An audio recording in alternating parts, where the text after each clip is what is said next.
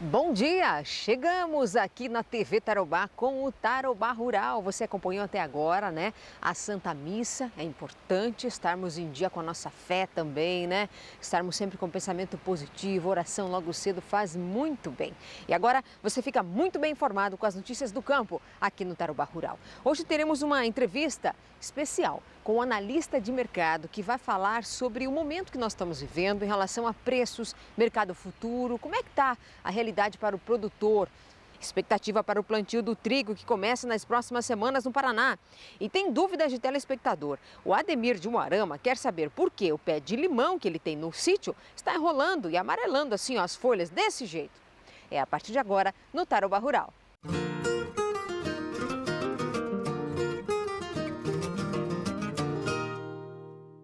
O preço do dólar está alto, né? Soja, milho, trigo, esses produtos também vão nessa mesma direção, com preços pagos ao produtor nunca antes visto no mercado. Mas o que isso tem de consequência também no custo de produção para os agricultores? O Carlos Turmina conversou essa semana com um analista de mercado e é ele quem traz mais detalhes para nós a partir de agora. Carlos. Quem vai fazer essa análise conosco é o economista Camilo Motter, um analista de mercado referência para a gente aqui na TV Tarobá. Camilo, bom dia para o senhor. Eu soube, primeiramente, que os valores dos grãos para os produtores, na hora de fazer a comercialização, está maior do que em outros períodos que a gente sabe deles. Explica para a gente como é que está esse cenário, qual é o panorama no momento. Bom dia. Realmente, o mercado de grãos brasileiro está muito aquecido, né? Claro que há toda uma incerteza no mundo por causa dessa pandemia, mas com a elevação brutal que tivemos aí na taxa de câmbio em níveis recordes, isso também elevou o preço dos grãos, aí, notadamente soja, né? Para níveis recordes também. As exportações estão muito aceleradas, em níveis nunca vistos anteriormente, né? Nós estamos aí com cerca de 73% a 75% da safra do último ano já comercializada, diante de em torno de 50% a 52% de anos anteriores. E os preços também, cerca de 20% a 25% acima daqueles registrados na mesma época do ano passado. Portanto, preços nominalmente recordes e um ritmo de comercialização também bastante acentuado. O Brasil teve aí duas vantagens comparativamente aos Estados Unidos. Primeiro, preço competitivo. Os preços do produto brasileiro estão muito mais competitivos do que o produto norte-americano. E segundo, qualidade melhor do produto brasileiro, já que os norte-americanos tiveram problemas sérios de clima na última temporada. A gente supõe também, Camilo, que se para comercializar os grãos está mais vantajoso para o produtor, para comprar insumo não está tão legal, é isso? É exatamente. O produtor brasileiro ele tem usado uma tática e uma técnica muito interessante, que é ir travando preços de soja futuro. Portanto, nós já temos também um bom volume de soja da próxima temporada 2020-21 já comercializada, basicamente contra a compra de insumos. Os níveis de negócios para a safra 2021 já passa de 30% no Brasil contra uma média de 15% historicamente falando, né? O que o produtor faz? O preço da soja está bastante alto no futuro e ele sabe que isso se deve ao câmbio ou ao dólar bastante alto, então ele já aproveita e trava também os seus custos de produção.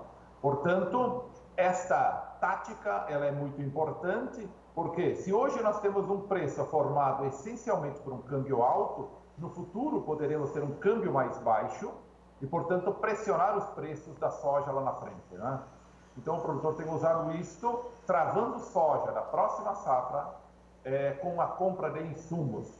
Isto dá a ele uma vantagem na hora da negociação. Esse, Camilo, é o panorama no momento, né? Daqui a alguns meses, considerando essa safra agora que deve ter início, será que o cenário vai ser mais ou menos o mesmo? É possível estimar que esses valores ainda vão estar altos assim para o produtor? Bom, nós imaginamos que taxa de câmbio, ou seja, o dólar vai continuar alto, ele pode ter nuances como todos os mercados oscilam, e ele vai continuar sendo o principal formador de preços para os produtos agrícolas. Ponto número 1. Ponto número 2. Esta manutenção em alta vai depender de como vai se comportar a economia mundial e brasileira.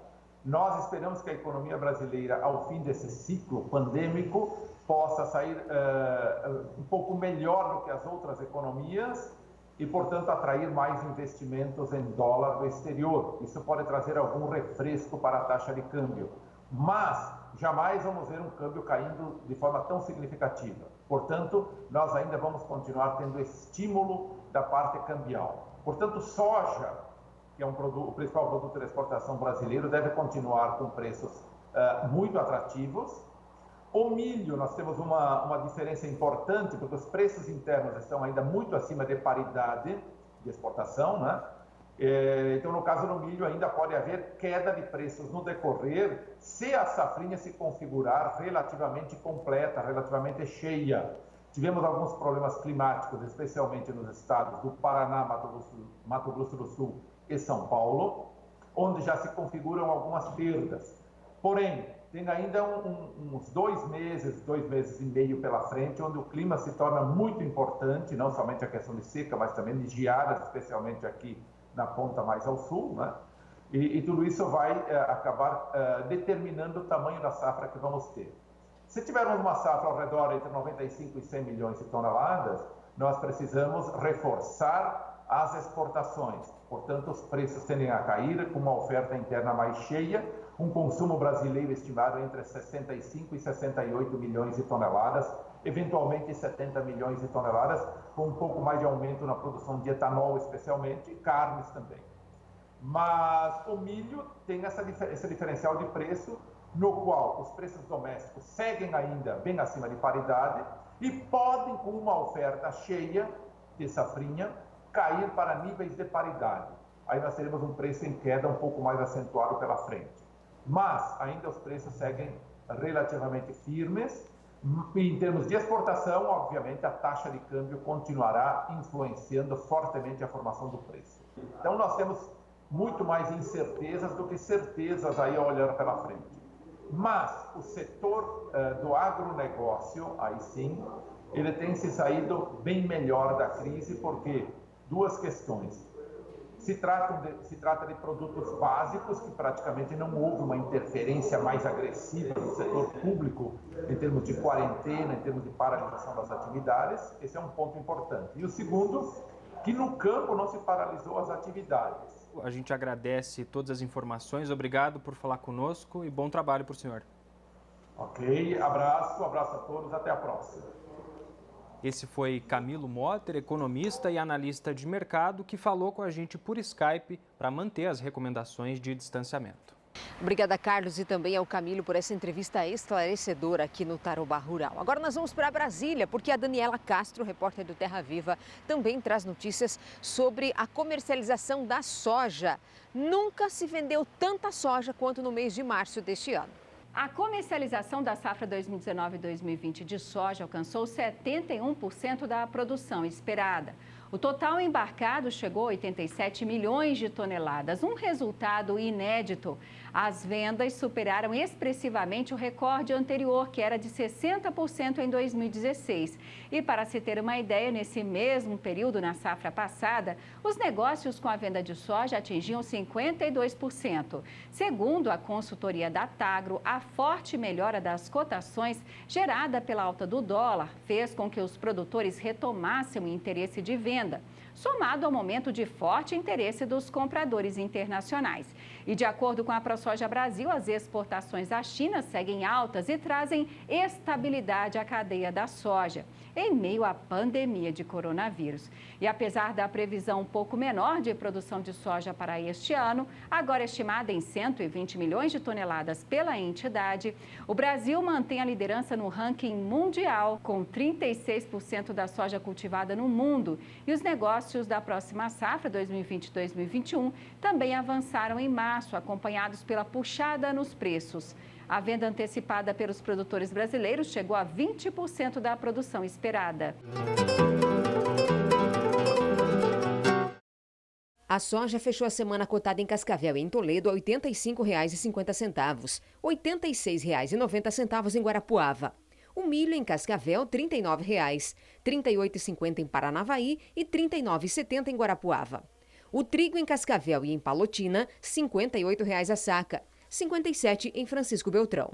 E nas próximas semanas, os produtores rurais que escolheram semear trigo vão começar o plantio. E qual a expectativa, então, para essa próxima safra que vem? É o que a gente confere agora na reportagem. Já faz alguns dias que o Dirceu começou o plantio. Os 160 hectares de terra na comunidade Alto Bom Retiro, interior de Cascavel, devem ser totalmente semeados com trigo. A escolha dessa cultura tem razões claras. E o preço, né? O preço e o que está prometendo é que esse trigo não vai cair muito o preço, que normalmente a época de safra cai demais, né? Esse ano então está prometendo que vai manter um preço bom.